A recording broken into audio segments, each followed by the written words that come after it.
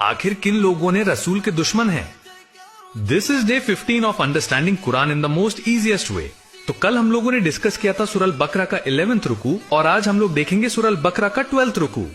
कह दो कि जो शख्स जिब्रील का दुश्मन हो उसे गुस्से में मर जाना चाहिए, क्योंकि उसने तो ये किताब अल्लाह के हुक्म से तुम्हारे दिल पर नाजिल की है, जो पहली किताबों की तस्दीक करती है और ईमान वालों के लिए हिदायत और बशारत है।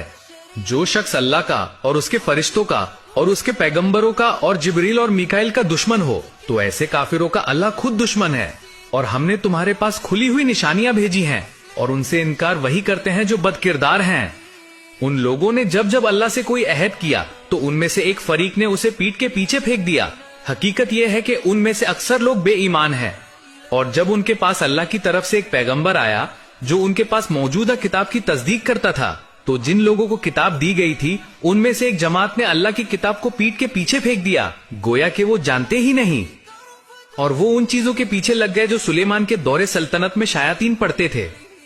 हालांकि सुलेमान ने कुफ्र नहीं किया था, बल्कि शायातीन ही कुफ्र करते थे, लोगों को जादू सिखाते थे।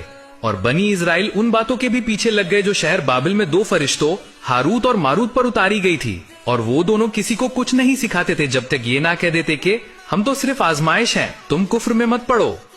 फिर भी लोग उनसे वो चीज सीखते थे जिससे मियाँ बीवी के दरमियान जुदाई डाल देते, लेकिन अल्लाह के हुक्म के सिवा वो किसी का कुछ भी नहीं बिगाड़ सकते थे।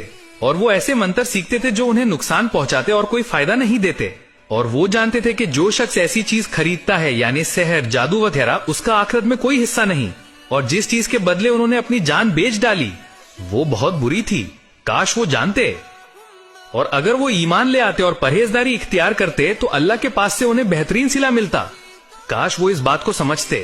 तो ये था सूरह बकरा का 12th रुकू और कल हम लोग डिस्कस करेंगे सूरह बकरा का 13th रुकू। So make sure you guys follow. जज़ाकल्लाह खैर।